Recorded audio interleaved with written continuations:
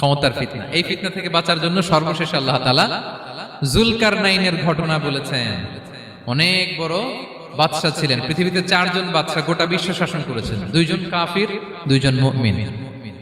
কাফির একজন হচ্ছে নমরুদ, যিনি ইব্রাহিম আলাইহিস সালামকে আগুনে ফেলেছিলেন, আরেকজন হচ্ছে বখতে-নাসার, যাকে ইংরেজিতে বলে নেবুচারনেজার দ্য সেকেন্ড, দ্বিতীয় নেবুচারনেজার। তারা কোনো নির্দিষ্ট এরিয়ার বাউন্ডারির বাদশা না, গোটা বিশ্বের বাদশা ছিলেন এই 2 জন কাফির। আর 2 জন বাদশা ছিলেন গোটা বিশ্বকে শাসন করেছেন, তারা ছিলেন মুমিন। একজন হচ্ছে সুলাইমান আলাইহিস সালাম, আল্লাহর নবী, আরেকজন হচ্ছে যুলকারনাইন, গোটা বিশ্ব শাসন করেছেন, প্রাচ্য থেকে পাশ্চাত্য সব জায়গায় তিনি গিয়েছেন, ইসলামের বাণী প্রচার করেছেন, জালিমদেরকে শায়েস্তা করেছেন। তো এরকম দিক বিদিক তিনি জয় করতেছিলেন। অনেকে যুলকারনাইনকে আলেকজান্ডার দ্য গ্রেটের সাথে গুলিয়ে ফেলে না। ম্যাসিডোনিয়াতে যে আলেকজান্ডার দ্য গ্রেট ছিল, উনি আর যুলকারনাইন এক নন। যুলকারনাইন হচ্ছে আল্লাহ তাআলার প্রিয় একজন বান্দা, অনেক বড় সাহসী বীর পুরুষ ছিলেন, গোটা বিশ্বে ইসলাম প্রচার করেছেন।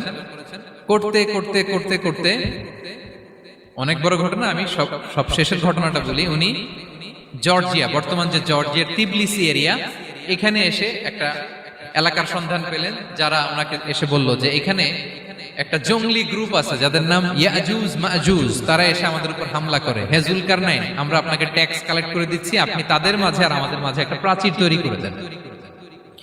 আপনারা ইয়াজুজ মাজুজের নাম শুনেছেন না? ইংরেজিতে বলে গগ ম্যাগগ।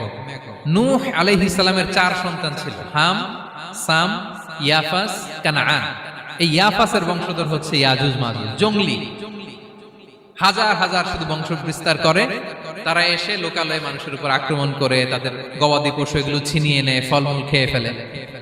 তো যুলকারনাইন বাদশার কাছে যখন বিচার দেওয়া হলো, উনি বললেন ঠিক আছে, তোমাদের ট্যাক্স দেয়া লাগবে না, তোমরা শারীরিক পরিশ্রম করে আমাকে সাহায্য করো। তো উনি বর্তমানে হচ্ছে এক পাশে কৃষ্ণ সাগর, ব্ল্যাক সি, আরেকদিকে কাস্পিয়ান হ্রদ বা কাস্পিয়ান সাগর, এর মাঝখানে 1200 কিলোমিটার লম্বা মাউন্টেন রেঞ্জ, পাহাড়ি এরিয়া, আপনারা গুগলে দেখবেন। এইখানে 2 পাহাড়ের মাঝখানে ফাঁকা জায়গায় তিনি বড় বড় লোহার পাত প্রথিত করলেন, গেড়ে দিলেন।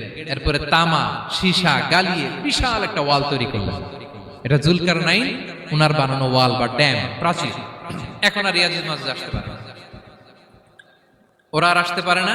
ওরা প্রতিদিন এটা ভাঙার চেষ্টা করে, কিন্তু ভাঙতে ভাঙতে আরেকটু ভাঙলেই ভেঙে যাবে। ওরা বলে আগামীকাল ভেঙে ফেলবে, ইনশাল্লাহ বলতে ভুলে যায়। এজন্য এরপরের দিন এসে দেখে আবার এটা আগের মতো হয়ে আসে। কিয়ামতের আগ দিয়ে ওদের মধ্যে এই ইনশাআল্লাহর প্রেরণা আসবে। তাদের একজন বলে উঠবে, আগামীকাল ইনশাআল্লাহ আমরা এটা ভেঙে খান খান করে দেব, ঠিকই ভেঙে ফেলবে।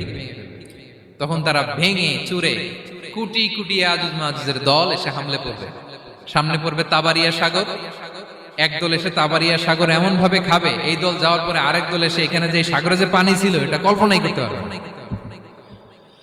তারা পৃথিবীতে ফিতনা ফাসাদ করবে। ঈসা আলাইহিস সালাম তখন আসবেন, দোয়া করবে আল্লাহ তাআলার কাছে মুমিনরা, একটা মহামারী দিবে আল্লাহ তাআলা ইয়াজুজ মাজুজের মধ্যে, ওরা মরে যাবে সব।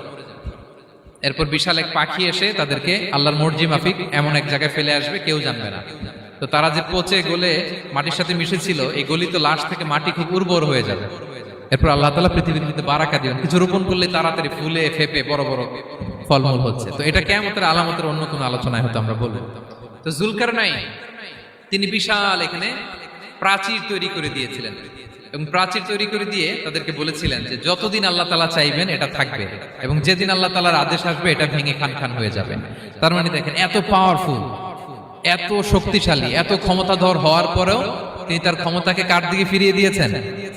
যে আল্লাহ যতদিন চাইবে এই প্রাচীর টিকে থাকবে, যেদিনই আল্লাহ তাআলার আদেশ আসবে এই প্রাচীর ভেঙে খান খান হয়ে যাবে। সো আমরা ক্ষমতার দেখা পেলে, চেয়ার একটা পেলে, আমরা যেন জালিম হয়ে না উঠি, এটা হচ্ছে এখান থেকে শিক্ষা। আমরা যেন জুলুম না করি। উনি সম্পদের মালিক ছিলেন, ক্ষমতার মালিক ছিলেন, কিন্তু উনি যে আল্লাহর বান্দা এটা ভুলে যান নাই। আমরা যখন ক্ষমতাশীল হই, আমরা যখন প্রধানমন্ত্রী হই, আমরা যখন প্রেসিডেন্ট হই, আমরা যখন পাওয়ারফুল হই, আমাদের সবচেয়ে বড় পরিচয় যে আমরা আব্দুল্লাহ, আল্লাহর গোলাম, এটা আমরা ভুলে যাই। আমাদের আসল পরিচয় কি? আমরা আল্লাহর গোলাম। আমরা যে আল্লাহর গোলাম, এই চিন্তাটা, এই সেন্সটা যদি আমাদের মাথায় থাকে, তাহলে ক্ষমতা আমাদেরকে দাম্ভিক বানাতে পারে না, আর ওই ক্ষমতা আমাদেরকে ফিতনায়ও ফেলবে না।